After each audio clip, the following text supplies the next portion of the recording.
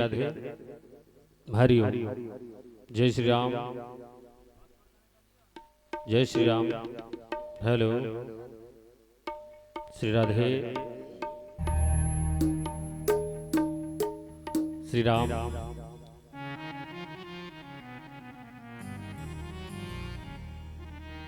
हरि ओम, हरि ओम। श्री कृष्णाय वासुदेवाय हरे परमात्मने प्रणतक्लेशनाशाय गोविंदाय नमो नमः। वंशी विभूषितकरान्नवनीरदाभा पीताम्बराधरुणबिम्बफलाधरोष्ठात् पूडेन्दुसुन्दरमुखादरविन्दनेत्रात् कृष्णात् परं किमपि तत्त्वमहं न जाने।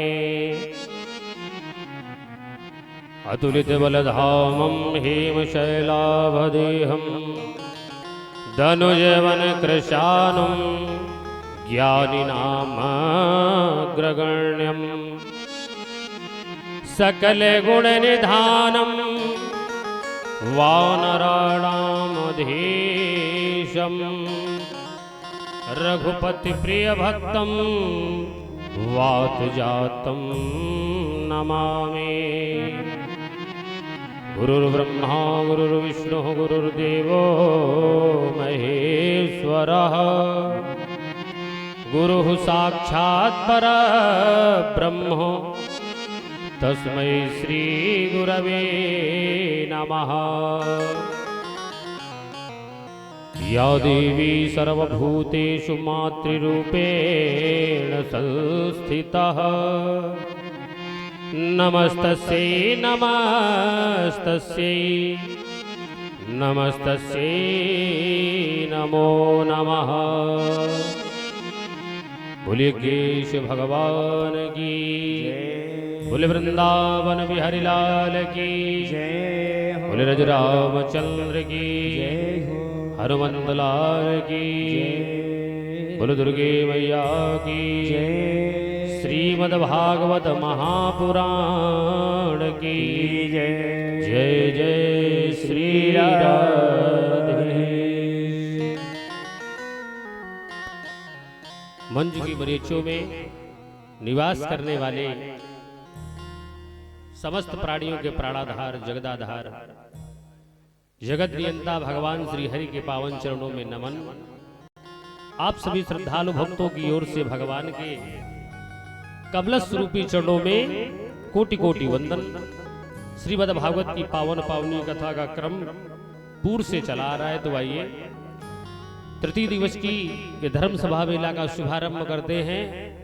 मन वाणी को पवित्र करते हैं, 2 बार भगवान नाम संकीर्तन, तदोपरांत प्रसंगानुसार आगे की बड़ी ही दिव्य पावन सुंदर कथाओं का रसास्वादन करेंगे। तो सभी भक्त भगवान नाम का गायन करेंगे।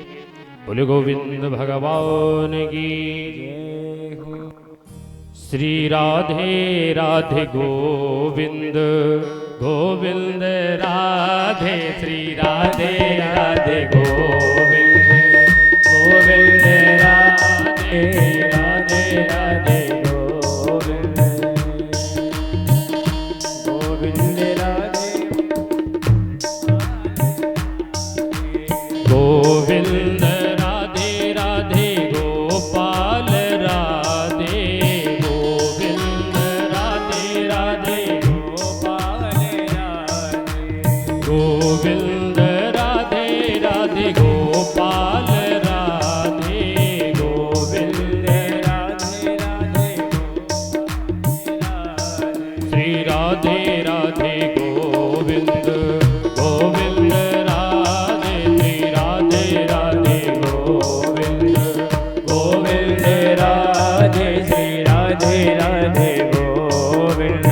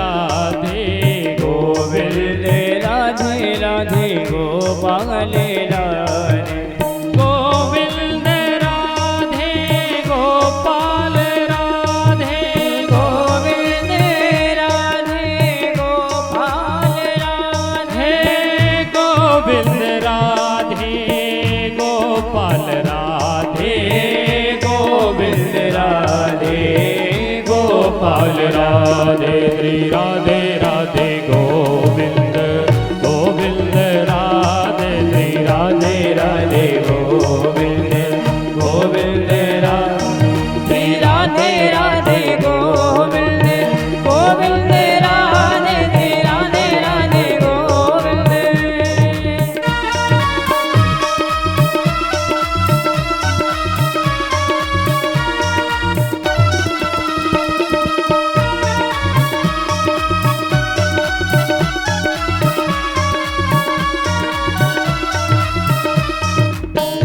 राधे गोविंद गोविंद राधे राधे गोविंद गोविंद राधे श्री गोविंद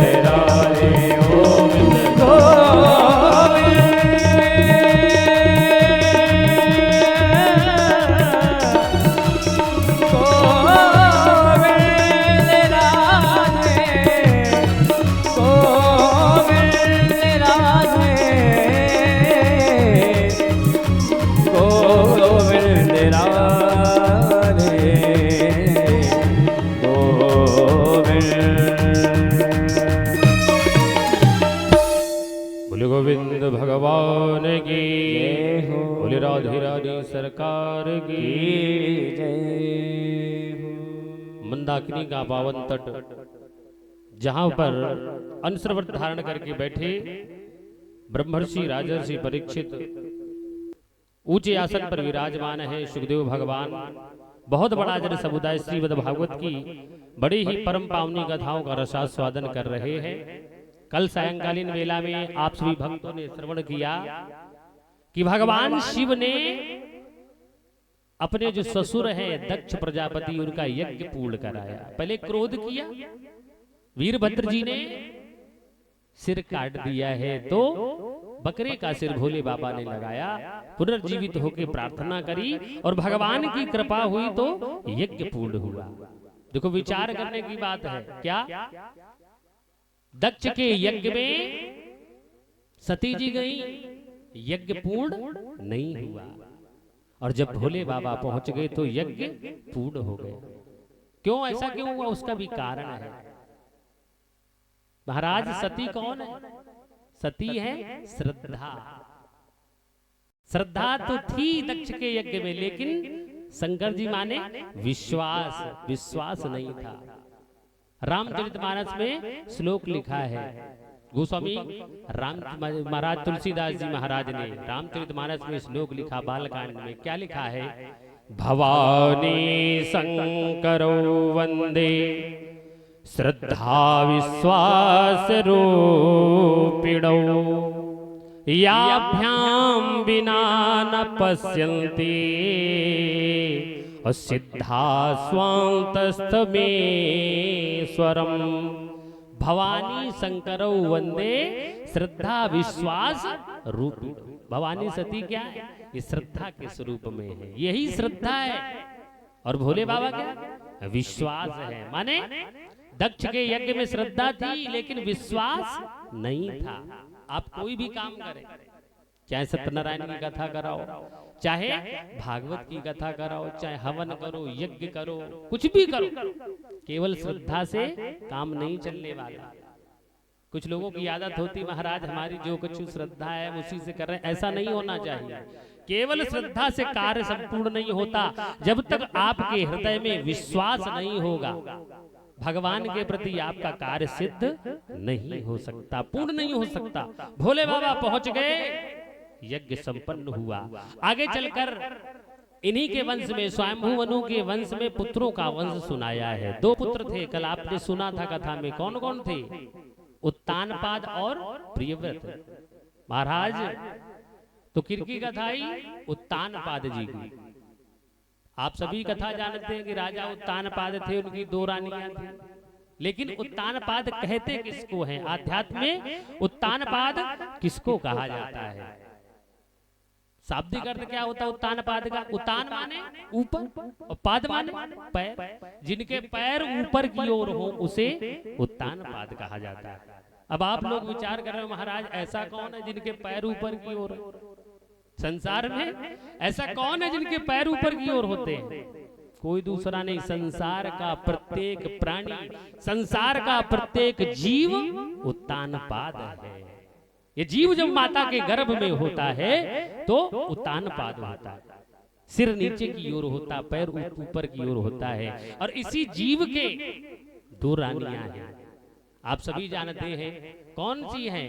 सभी के कल गुरुजी ने बताया भी था कि कहीं पर बेटी लिख दिया है, कहीं पर पत्नी लिख दिया है। तो यही इसी जीव के दो पत्नियां हैं। कौन सी? गोस्वामी जी ने कहा है, सुमति कुमति सब के ओर रही, सुमति कुमति सब के ओर रही।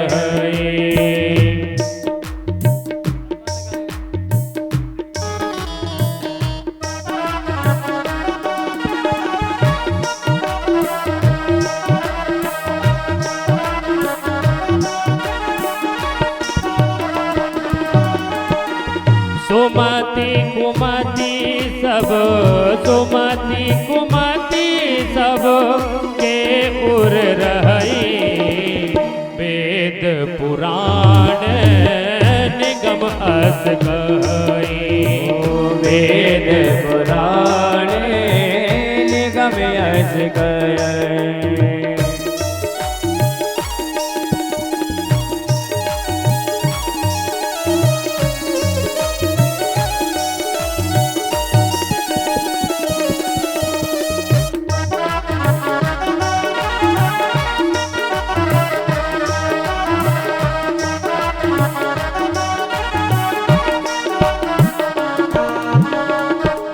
सुमति कुमति सबके उर रही। प्रत्येक जीव के दो पत्नियां हैं, एक सुमति है, एक कुमति है। सुमति का अर्थ होता है सद्बुद्धि, सद्भाव, सद्विचार। और कुमति तो आप सभी जानते हैं, जिनके घरों में सुमति होती है वहीं प्रगति होती। जहां सुमति तहां संपत्ति नाना, और जहां कुमति तहां विपत्ति निदाना।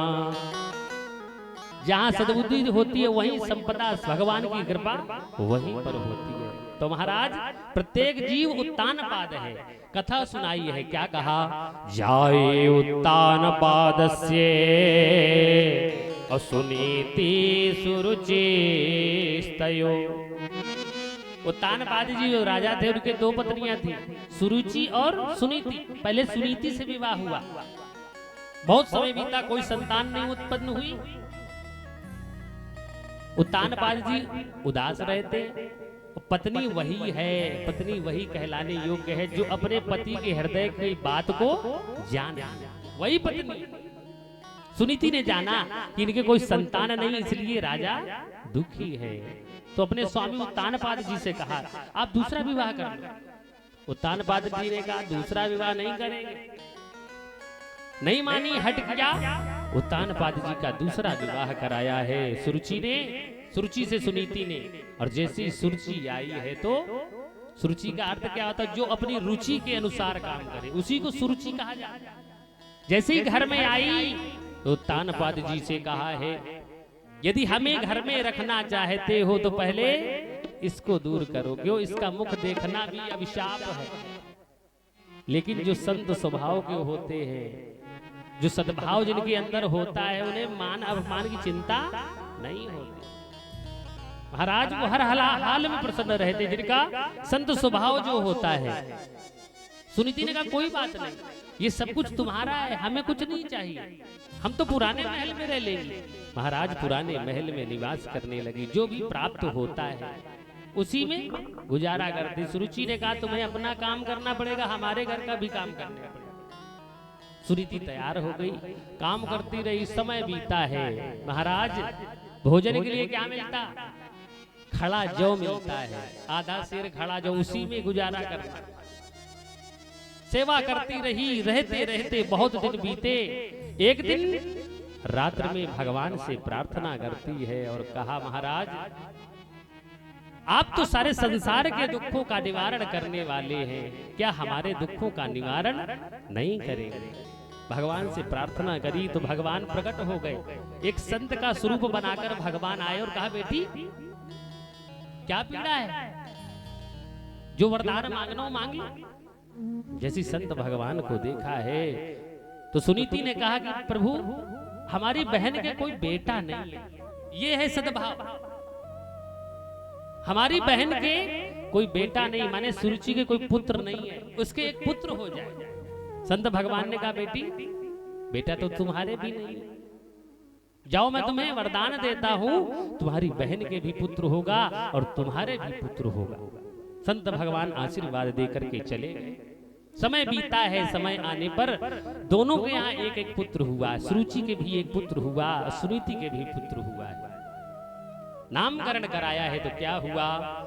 सुत सुनीति के का रखा, पंडित ने ध्रुव नाम, और सुरुचि पुत्र का रख दिया उत्तम नाम ललाम।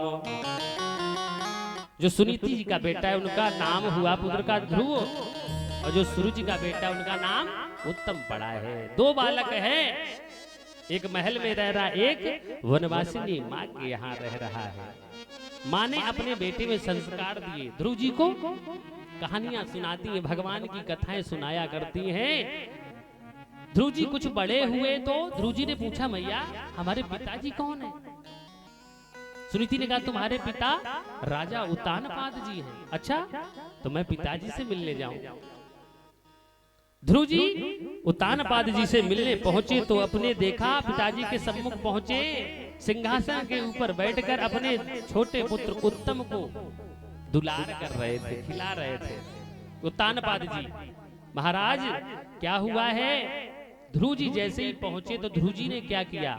व्यास जी ने लिखा है एक पुत्रम स्वांकमारोप्य लालयम उत्तमं नारुरुक्षन्तम् ध्रुवं राजाभ्यनंदत।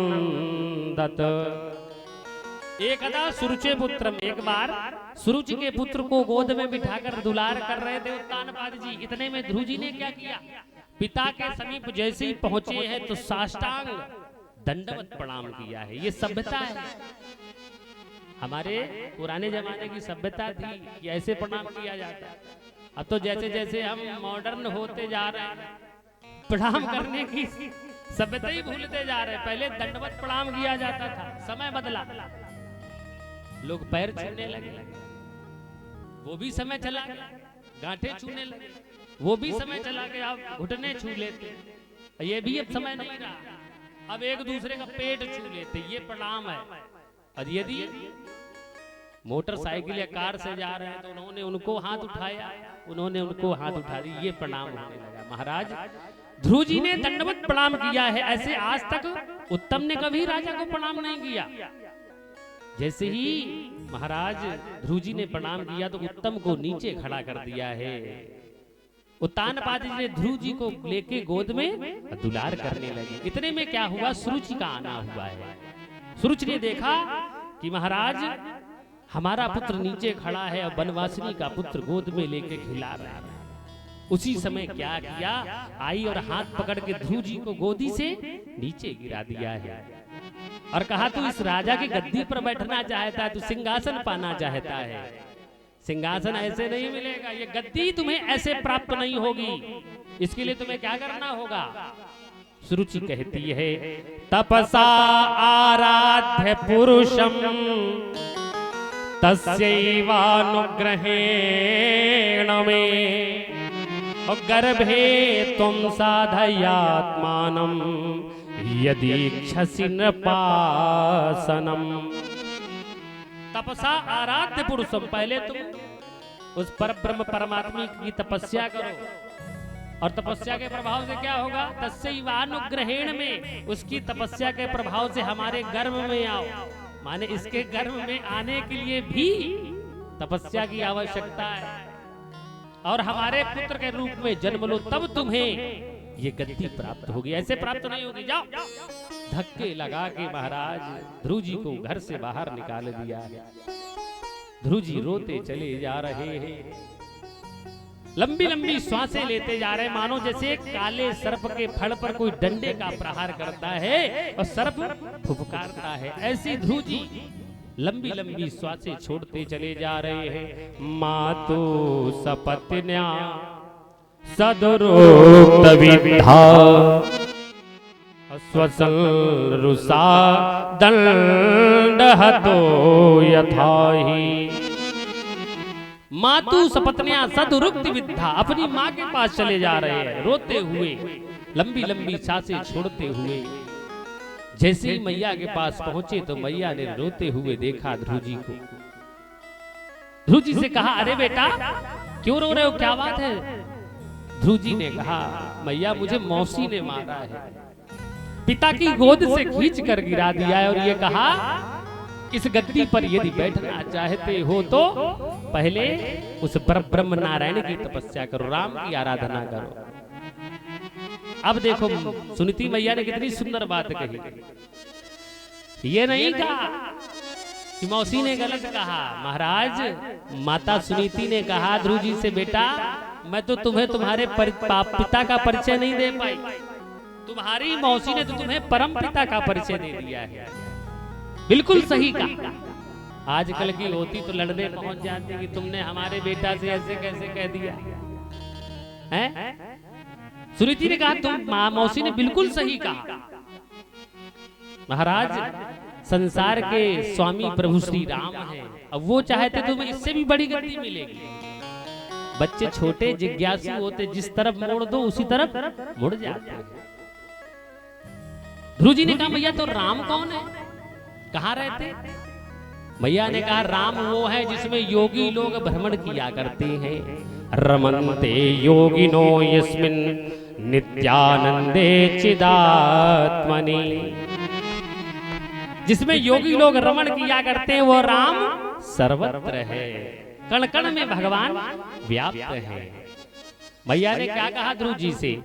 हरि व्यापक सर्वत्र समाना, हरि व्यापक सर्वत्र समाना।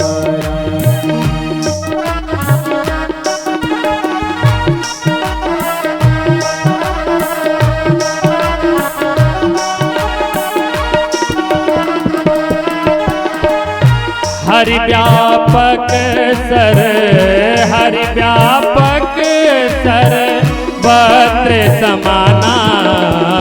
प्रेम ति प्रगट होई मैं जाना, प्रेम ति प्रगट होई मैं जाना।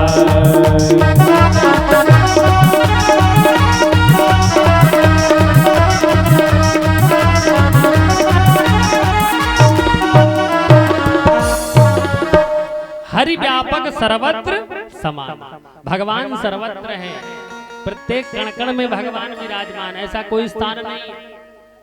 और भगवान कैसे मिलते हैं? प्रेम ते प्रकट होई मैं जाना। प्रेम से भगवान को पाया जा सकता है। जैसे ही इतना कहा ध्रुव जी ने कहा तो हम तो राम जी से मिलेंगे। अब मैया को झटका लगा कि हमने ये क्या कह दिया कि भगवान सब जगह है। मैया ने कहा बेटा तुम्हें जंगल में वन में जाओगे तो कहाँ भगवान मिलेंगे? मैया से कहा अभी आपने ही कहा था कि भगवान तो सब जगह। मैया ने कहा वो तो बात सही है, लेकिन तुम्हें भूख लगेगी तो किससे मांगोगे? प्यास लगेगी तो कौन पानी पिलाएगा? ध्रुव जी ने कहा बड़ी सुंदर बात सुनीति से कही है। क्या? गर्भ माहि रक्षा करी और जहां ही तो नहीं कोई, अब का परख न पाली है और पिपिन गई माँ कोई। जब हम तुम्हारे गर्भ में थे तब उन्होंने हमारी रक्षा करी, वहां कोई सहारा नहीं होता। बच्चा जब माँ के गर्भ में होता तो इतनी चिंता नहीं होती कि इसको सर्दी लग जाएगी कि गर्मी लग जाएगी, कोई परेशानी नहीं होती। तो वहां भगवान ने हमारी रक्षा करी। अब क्या हम जंगल में जाएंगे तो रक्षा नहीं करेंगे? और क्या कहा ध्रुव जी ने? जब दांत न थे तब दूध दियो,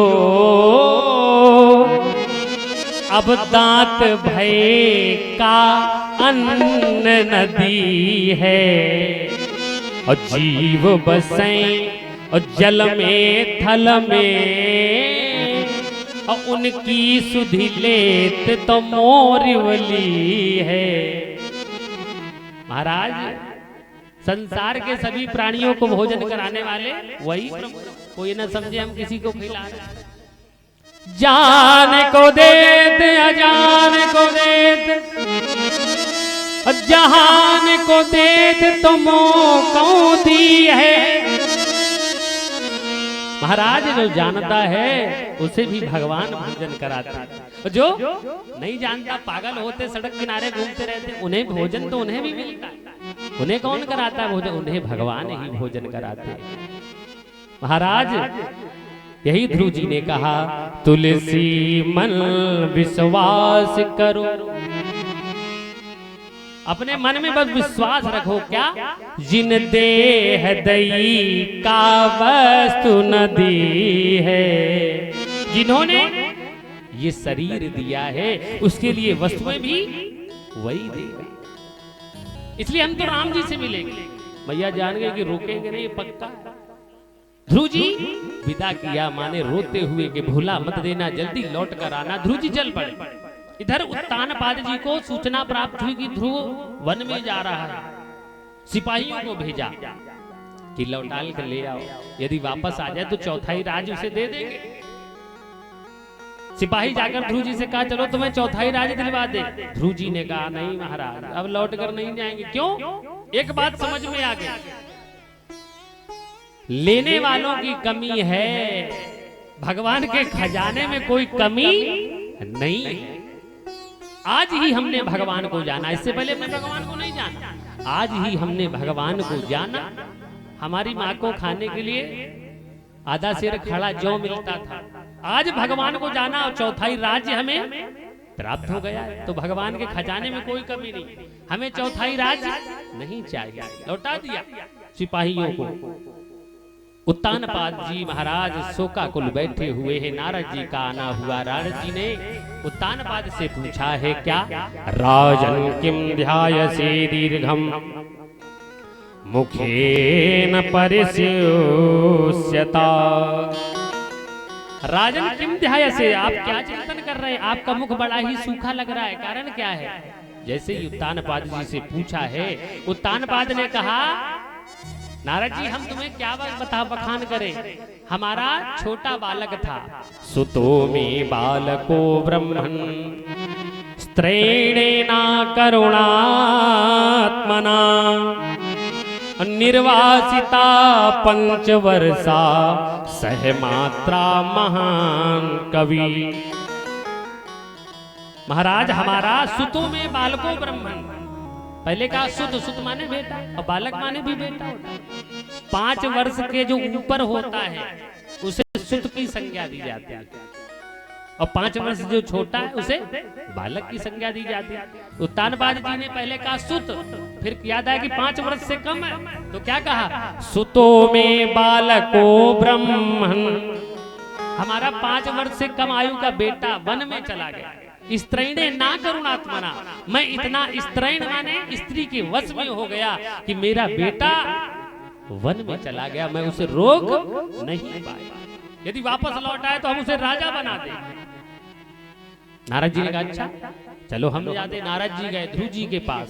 ध्रुव जी ने प्रणाम किया नारद जी को, कहा महाराज कैसे आना हुआ? नारद जी ने कहा, बेटा लौट चलो, हम तुम्हें राजा बनवा दें। ध्रुव जी ने कहा, नारद जी लौट कर नहीं जाएंगे। क्यों? ये राज तो आजकल का है। ध्रुव जी ने नारद जी से कहा है, वो राज्य कौन राज्यों में है, जो आज किया कल छूट गया। वो राज्य कौन राज्यों में है, जो आज किया कल छूट गया।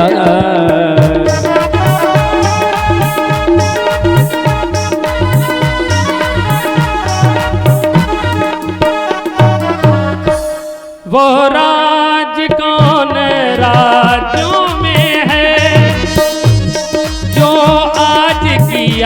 कल छूट गया वो बंधन, कौन बंधन में है वो बंधन, कौन बंधन में है जो कल टूट गया वो बंधन, कौन बंधन में है जो आज किया कल छूट गया।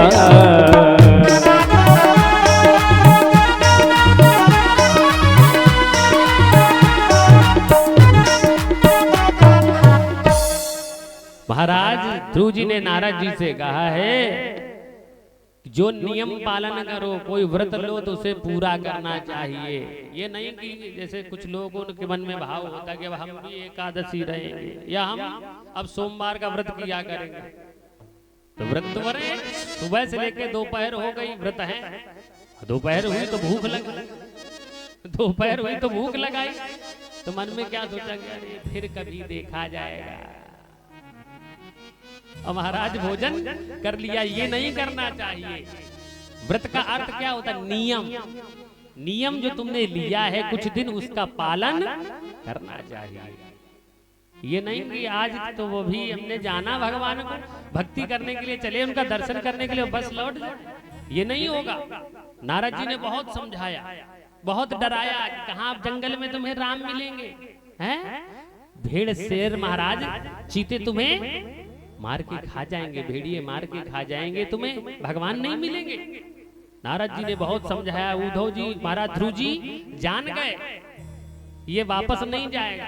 नारद जी जान गए कि ये पक्का चेला है, वापस नहीं जाएगा। तो नारद जी ने पूछा तुम्हें आसन लगाना आता? नहीं आता महाराज। ध्यान करना आता? नहीं आता। कोई मंत्र आता? कुछ नहीं आता।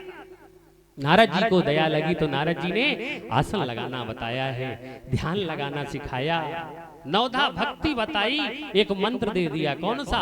ओम नमो भगवते वासुदेवाय मंत्र दे दिया है नारद जी ने। महाराज ध्रुव जी मधुबन में आए और तपस्या करना प्रारंभ किया है। कैसे तपस्या करी? नियम देखो, 5 वर्ष का बालक है और कितनी कठोर तपस्या कर रहा है। व्यास जी ने भागवत में लिखा है, त्रिरात्रांते त्रिरात्रांते कपेथ बदरासना।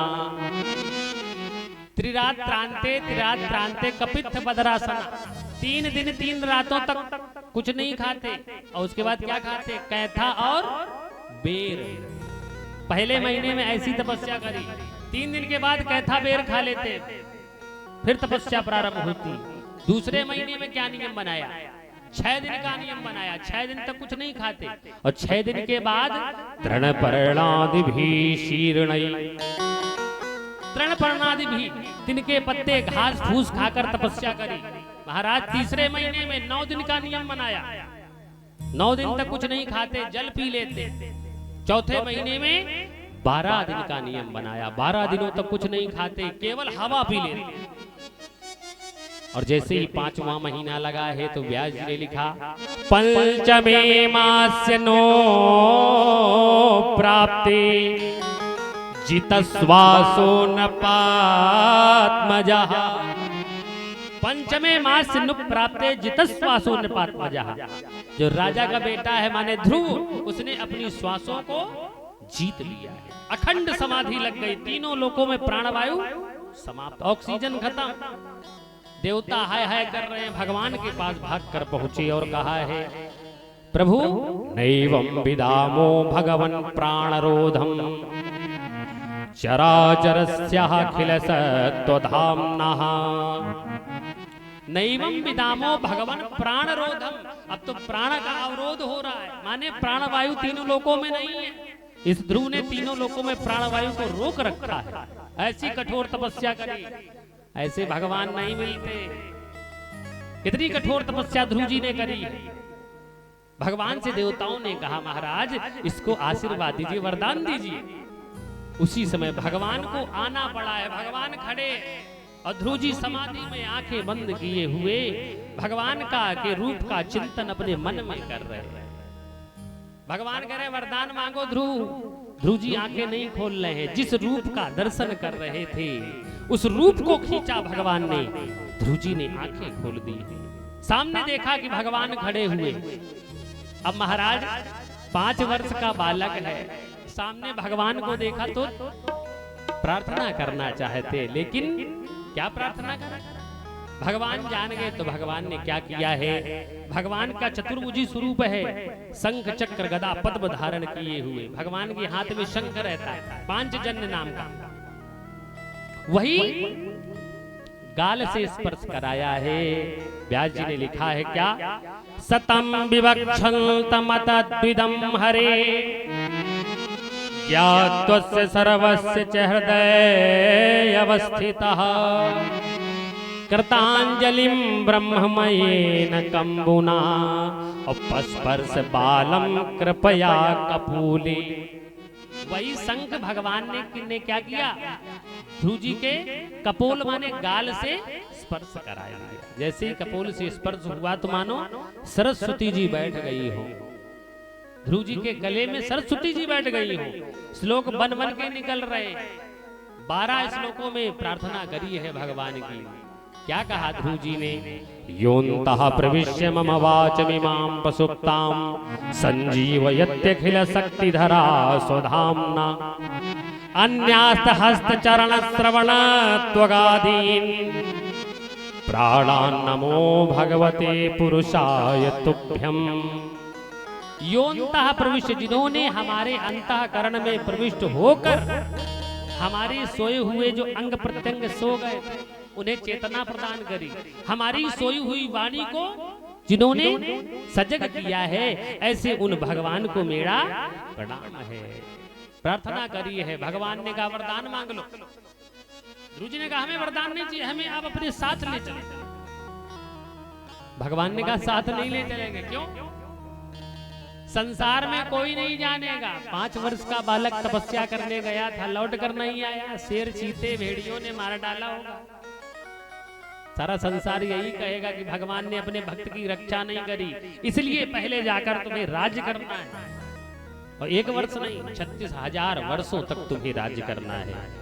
महाराज भगवान से आशीर्वाद प्राप्त किया है। भगवान ने कहा 36,000 वर्षों तक राज्य करने के बाद अंत में तुम्हें वो गति प्रदान करूंगा जो आज तक मैंने किसी को प्रदान नहीं की है। भगवान से आशीर्वाद लेकर ध्रुव जी लौट कर आए तो सबसे पहले किससे मिले? सुरुचि मौसी के पास गए हैं महाराज। और मौसी से जाकर के कहा, मौसी यदि तुमने हमें पिता की गोद से न गिराया होता तो हमें भगवान का दर्शन प्राप्त नहीं होता। हमें भगवान का दर्शन नहीं मिलता। सच्ची गुरु तो आप हो, इसीलिए कहा जाता है तुम्हारी कोई निंदा करे, कोई बुराई करे तो बुरा नहीं मानना चाहिए। मौसी के बाद मां से जाकर मिले हैं। उत्तानपाद जी ने ध्रुव जी को राजा बनाया, स्वयं वनगमन किया है। समय बीता, 36,000 वर्षों तक राज्य किया, विवाह किया वायु की पुत्री भ्रमी के साथ में। कल्प और वत्सर नाम के 2 पुत्र हुए। उत्तम का विवाह नहीं हुआ। एक बार शिकार करने के लिए यक्षों की नगर में गया, यक्षों ने मार दिया है। ध्रुव जी ने जाना तो युद्ध किया है यक्षों के साथ, मार रहे थे यक्षों को। उसी समय बाबा स्वयंभू मनु ने आकर युद्ध बंद कराया। कहा तुम तो भगवान के भक्त हो। उत्तम को किसी ने नहीं मारा, वो अपनी मृत्यु से मरा है।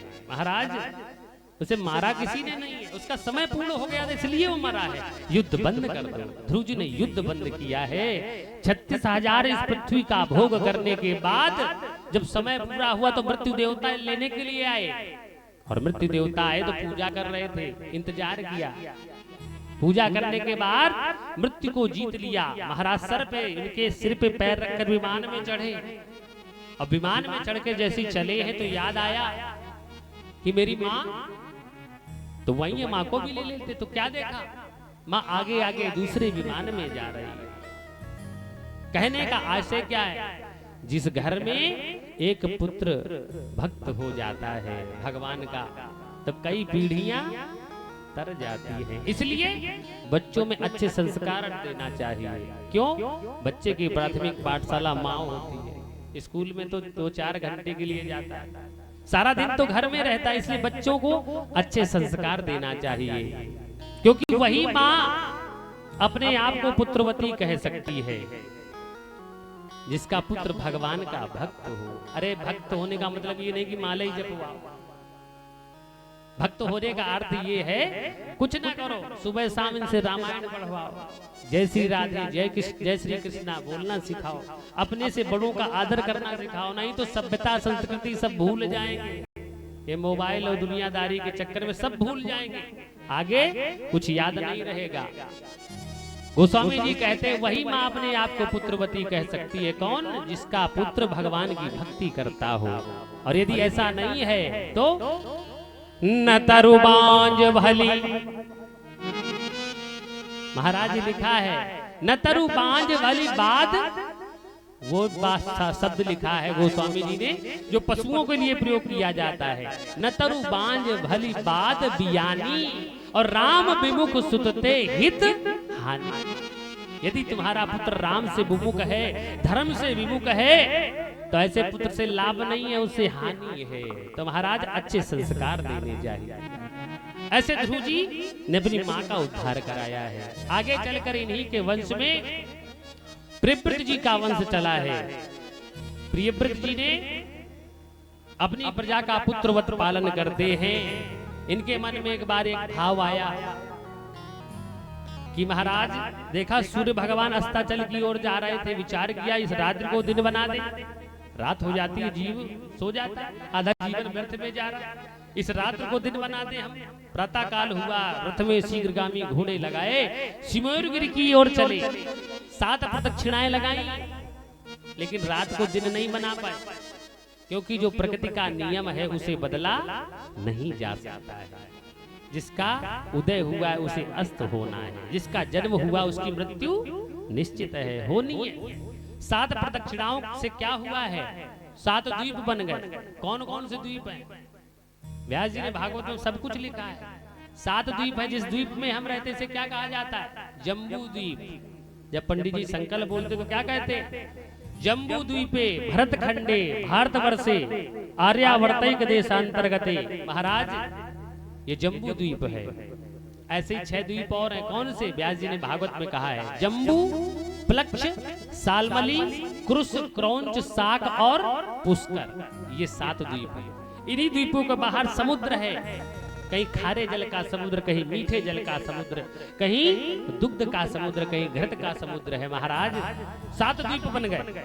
इन्होंने विवाह किया तो इनके 7 पुत्र हुए। बड़े बेटे का नाम है आग्निद्र। एक एक पुत्र को एक एक द्वीप का राजा बनाया। आग्निद्र जी राजा हुए जम्बू द्वीप के। आग्निद्र जी ने पूर्वचित्ती नामक अप्सरा के साथ विवाह किया। पूर्वचित्ती अप्सरा से विवाह करके इनके 9 बेटा हुए। बड़े बेटे का नाम है नाभि। महाराज इन्होंने जम्बू द्वीप के 9 खंड कर दिए। जम्बू द्वीप के 9 खंड हो गए। नाभि राजा हुए कहाँ के? अजनाब खंड, कहीं इलाव्रत खंड है ये जहां हम लोग रहते। भारतवर्ष से पहले अजनाब वर्ष कहा जाता था। नाभि राजा हुए। नाभि ने मेरु देवी से विवाह किया और मेरु देवी से विवाह करने के बाद भगवान की तपस्या करी। भगवान की तपस्या करी तो भगवान प्रसन्न हो गए और भगवान से कहा प्रभु आपके जैसा बेटा चाहता हूँ। भगवान ने कहा हमारे जैसा कोई नहीं, मैं ही तुम्हारे यहाँ पुत्र के रूप में आऊंगा। समय बीता है। भगवान कपिल ऋषभ देव जी का जन्म हुआ। मेरु देवी के गर्भ से ऋषभ देव भगवान का जन्म हुआ। इन्होंने विवाह किया जयंती के साथ में, जिससे 100 पुत्र हुए।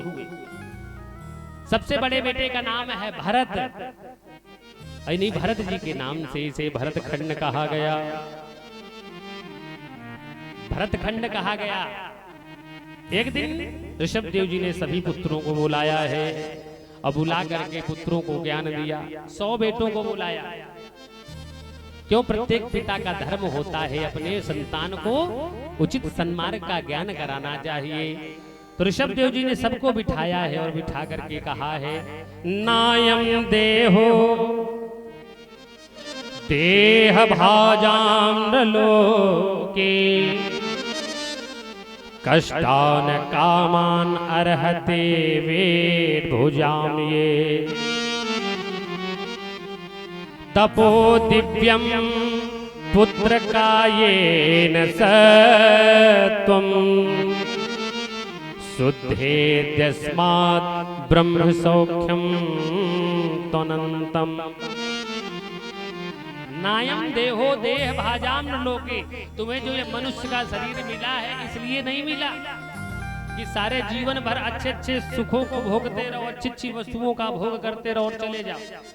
इसलिए भी नहीं मिला कि सारे जीवन भर कष्टों को ही भोगते रहो, सारे जीवन भर दुखों को भोगते रहो।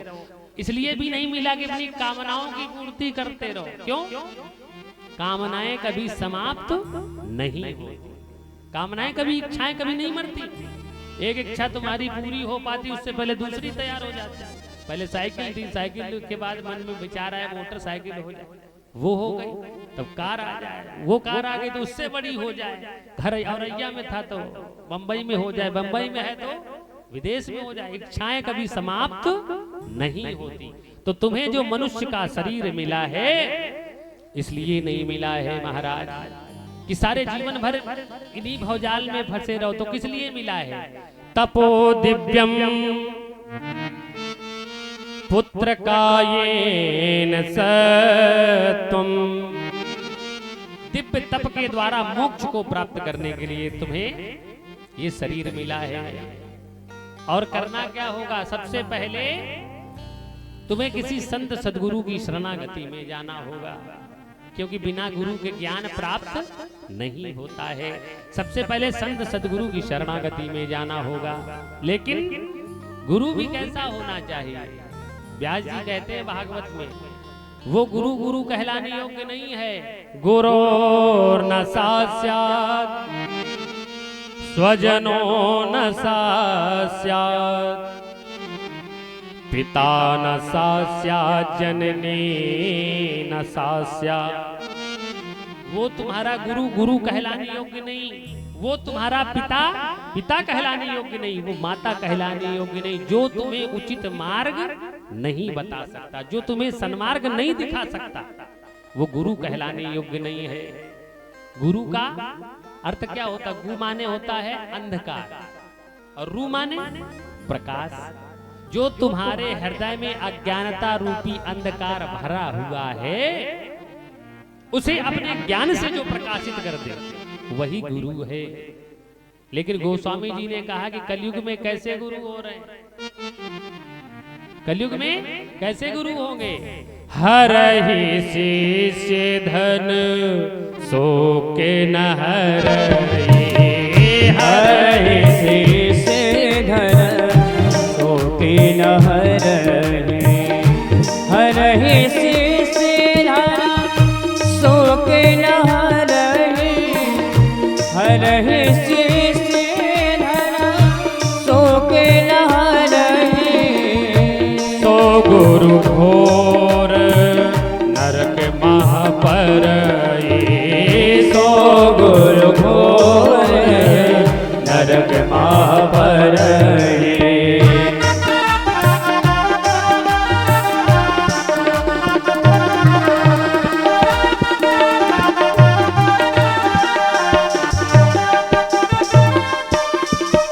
हरहि शिष्य धन शोक ना।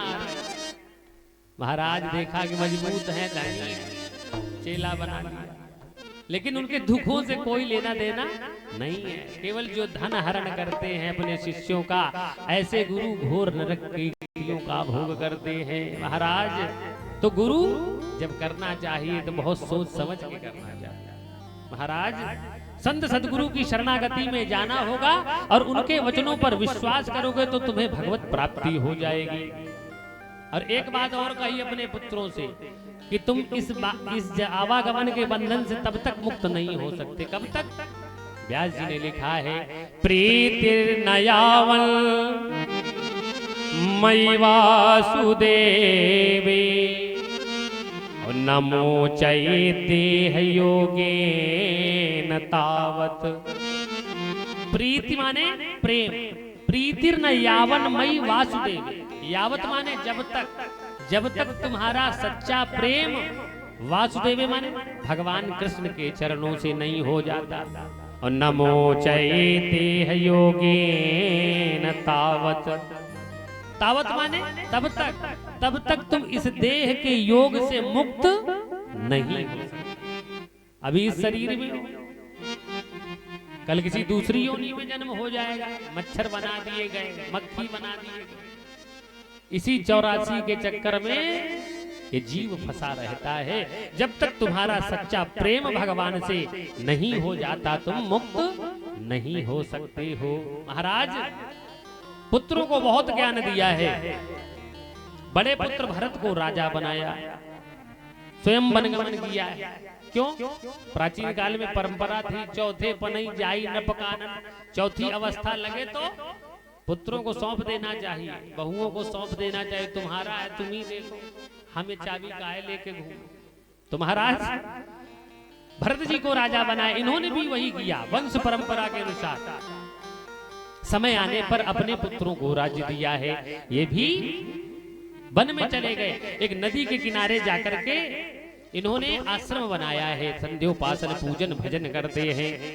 समय बीता है, एक दिन की कथा है। व्यास जी ने लिखा, एकदा तु महानद्याम एका हरिणी पिपासया। एकदा तु महानद्याम एका हरिणी पिपासया। जिस नदी के किनारे आश्रम बना हुआ था, उसी नदी के तट पर एक प्यास से व्याकुल हिरणी का आना हुआ है। महाराज और हिरणी कैसी है? हिरणी गर्भवती है।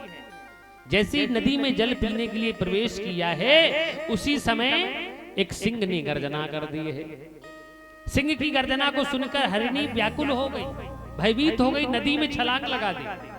और जैसी छलांग लगाई है तो जो हिरण का बालक था गर्भ में, उसका प्रसव हो गया।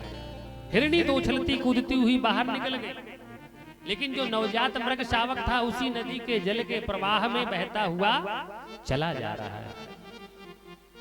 बैठे बैठे भरत जी सब देख रहे हैं, इस नवजात का कोई दोष नहीं, अभी जन्म हुआ, जल में डूब कर मरा जा रहा। छलांग लगाई, बाहर निकाला, कपड़े से पोंछा है, आग का ताप दिया, अपने आश्रम पर रखने लगे। अब देखो संगति का प्रभाव कैसा होता है। भरत जी आसन लगाकर बैठते तो हिरण का बच्चा भी आसन लगाकर बैठता है। ये भगवान का ध्यान करते तो वो भी ध्यान करता है, ये प्राणायाम करते तो वो भी प्राणायाम करता है। महाराज मगन हो जाते हैं, साथ में रहते रहते यही करते बहुत दिन बीते, बहुत समय बीता है। एक दिन भरत जी कहीं आश्रम से बाहर हवनादि के लिए समिधा एकत्रित करने के लिए गए थे। उसी समय आश्रम के पास से एक हिरणों का बहुत बड़ा समूह झुंड निकला। हिरण के बच्चे ने देखा कि ये तो हमारे जैसे लोग हैं, हमारी जाति के लोग हैं, और हम बाबा जी के साथ में व्यर्थ में अपना जीवन गंवा रहे हैं, हमें अपने लोगों के साथ में रहना चाहिए। हिरण के बच्चे ने विचार नहीं किया, उछलते कूदते हुए हिरणों के झुंड में चला गया। ये विचार नहीं किया कि महात्मा जी ने हमारी जान बचाई थी, चला गया है। शाम हुई, भरत जी लौट कर आए, हिरण के बच्चे को नहीं देखा तो व्याकुल हो गए। इधर देखा तो सूर्य भगवान अस्ताचल की ओर जा रहे थे। मन में विचार किया है, वो मृगी धरोहर नहीं आया, अस्ताचल रवि भगवान गए। सूर्य भगवान अस्ताचल की ओर जा रहे हैं, हिरण का बच्चा न जाने कहां चला गया है। भोजन बंद हो गया, भजन छूट गया है। महाराज भगवान का ध्यान करना बंद कर दिया। एक ही रट लगी है, हिरण हिरण। इतना हिरण को याद किया है कि महाराज हिरण को याद करके वो शरीर छोड़ दिया। और कहा जाता है अंतेमति सागति, अंतिम समय जिसमें मन लग जाता वही मिलता है। तो अगला जन्म हिरण की योनि में हुआ, हिरण बन गए, उसी आश्रम के पास घूम रहे, लेकिन याद सब पूर्व जन्म में मैं राजा था, एक हिरण में प्रेम हुआ तो हिरण की योनि में जन्म लेना पड़ा। इन्होंने वो शरीर भी उसी नदी में शांत कर दिया है, छोड़ दिया। तो अगला जन्म कहाँ हुआ? आंगिरस गोत्री ब्राह्मण के यहाँ पर हुआ। महाराज ये कथा बहुत ध्यान से सुनने की जरूरत है कि यही तो बता रहे हैं कि देह के योग से ये जीव मुक्त नहीं हो सकता है। अगला जन्म कहाँ हुआ? एक ब्राह्मण के यहाँ, आंगिरस गोत्री ब्राह्मण के यहाँ जन्म हुआ। तो जन्म होते ही माता जी का देहावसान हो गया। पिताजी ने जाति कर्म संस्कार आदि किए, कुछ बड़े हुए तो पिताजी भी चले गए। भाइयों ने पालन पोषण किया। इस बार ये विचार करके आए थे कि संसार के किसी जीव में, संसार में कहीं हम अपना मन नहीं लगाएंगे। यदि हमें अपना मन लगाना है तो भगवान के चरणों में लगाना है। इसके अतिरिक्त हम कहीं मन नहीं लगाएंगे। तो किसी से बात ही नहीं करते, किसी से बोलते नहीं। और जो कम बोलता हो, अपने समाज में जो कम बोलता हो, सीधा साचा हो, उसे लोग क्या कहते हैं? पागल है। ये पागल है, मोटी बुद्धि का है। तो इनका नाम पड़ गया क्या? जड़ भरत जी कहे गए। जड़ भरत, भोजन जो मिल जाता है खा लेते, नहीं तो भगवान का भजन करते रहते। महाराज समय बीता है, घर में भाइयों का विवाह हुआ, भाभियां आ गई। भाभियों ने देखा कि ये दिन भर खाता रहता है, घर में पड़ा रहता, कोई काम नहीं करता। तो पतियों से कहा कि भाई इसे भी किसी काम पे लगाओ, अट्टा कट्टा है, कुछ काम पे लगाओ। पतियों ने कहा ये पागल है, इसके बस का कोई काम नहीं। अरे कोई ना कोई काम कर लेगा, रखवाली पे बिठाओ। भाइयों से कहा रखवाली पे बिठाओ, और रखवाली ना कर पाए तो एक काम, महाराज क्या करो? बेड़ेबंदी कराओ। प्रातःकाल लेके गए, बेड़ेबंदी के काम में लगा दिया। जड़ भरत जी ने क्या किया? खोदना शुरू किया, प्रारंभ किया है। खोदते खोदते भूल गए आगे पीछे होना, एक ही जगह पर खोदते रहे। गड्ढा बना दिया, कुआं बना दिया है, उसी में भगवान का भजन कर रहे हैं। ऐसे आज कथा सुखदेव जी सुना रहे हैं। इसी बीच परम पूज्य परमादरणीय गुरुदेव भगवान का आगमन हो चुका है। आगे कथा गुरुदेव भगवान की अमृतमयी वाणी के द्वारा श्रवण करेंगे। बोले गुरुदेव भगवान की जय हो। हे मेरे गुरुदेव करुणा सिंधु करुणा कीजिए। हे मेरे गुरुदेव करुणा सिंधु करुणा कीजिए। गुरुदेव करुणा कीजिए, गुरुदेव करुणा